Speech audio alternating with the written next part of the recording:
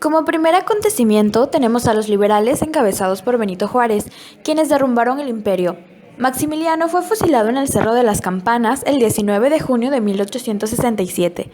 Tras el triunfo liberal, Juárez volvió a la Ciudad de México, y este acto significó la anulación del imperio del triunfo de la defensa de la soberanía mexicana y con ello la restitución del proyecto político de los liberales, la República Federal.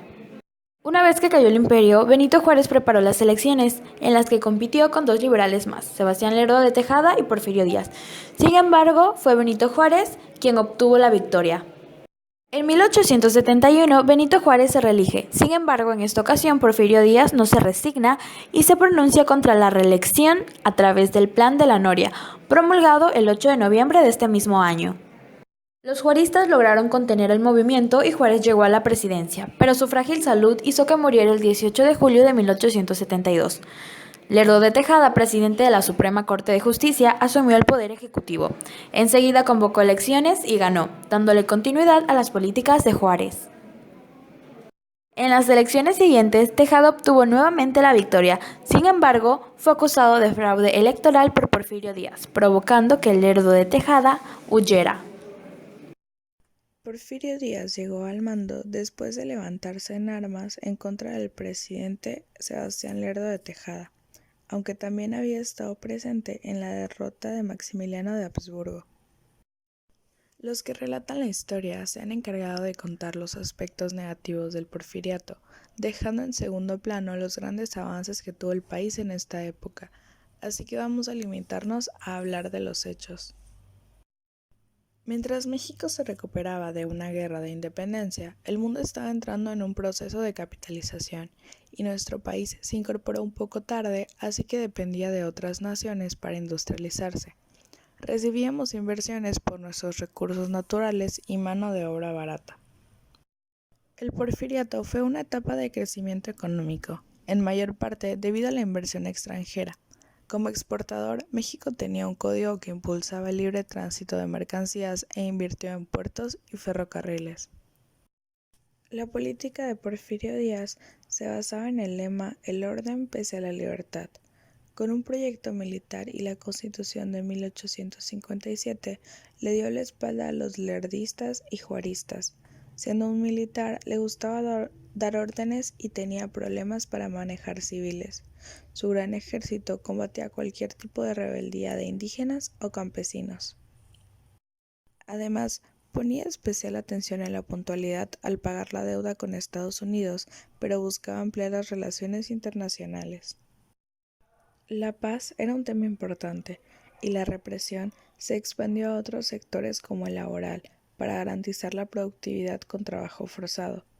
Todo esto provocó descontentos continuos expresados a través de huelgas u otros movimientos sociales que eran reprimidos de forma brutal, lo que incrementó las tensiones sociales. El 25 de mayo de 1911, la Cámara de Representantes aprobó la renuncia del presidente, quien terminó exiliado. El porfiriato terminó y comenzó la Revolución Mexicana. En 1900 surgió un grupo de ideología liberal formado por sectores medios que exigían libertad de expresión y democracia electoral.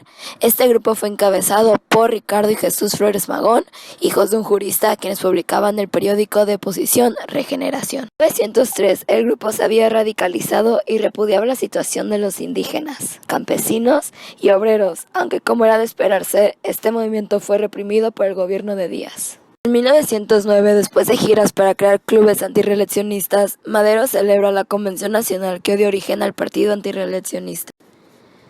El Plan de San Luis, emitido por Francisco I. Madero en octubre de 1910, este plan desconocía el gobierno de Díaz y proclamaba el lema "no reelección", donde encarcelaron a Francisco I. Madero en San Luis. En 1911, Francisco I. Madero regresa a México después de refugiarse en Estados Unidos. En 1911, Porfirio Díaz presentó su renuncia ante el Congreso. El 22 de febrero de 1913, Madero y el vicepresidente José María Pino Suárez fueron asesinados en la Ciudad de México. En 1917 fue escrito un documento importante para la nación, que fue la Constitución, también conocida como la Carta Magna. 27 de marzo de 1913, Venustiano Carranza firma el Plan de Guadalupe. En este documento se desconocía a Huerta y se reconocía como primer jefe del ejército constitucionalista a su signatario. Julio de 1914, el general Victoriano Huerta renuncia ante la Cámara de Diputados acerca de su presidencia. Nuestra Carta Magna fue promulgada el 5 de febrero de 1917. 1920, con la muerte de Carranza ascendió al poder el presidente Adolfo de la Huerta. Para 1924, otro sonorense ocupó la presidencia, Plutarco Elías Calles. Este dependía de la Fuerza de Obregón, quien pronto contendió por la presidencia, triunfó, pero fue asesinado. Plutarco Elías Calles, buscando soluciones pacíficas a la sucesión del poder, creó en 1929 el Partido Nacional Revolucionario.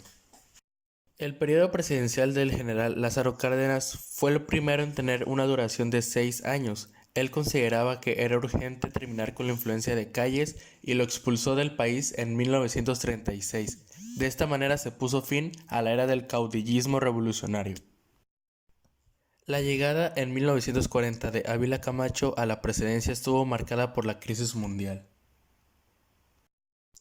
Para 1945 se señaló en el Diario Oficial que la participación directa del ejército en las actividades del partido ponía en peligro la necesaria cohesión de los militares, por lo tanto, estos debían permanecer ajenos a ella. Con esto se puso fin a la carrera política de los militares, cediendo el paso a los candidatos civiles del partido oficial.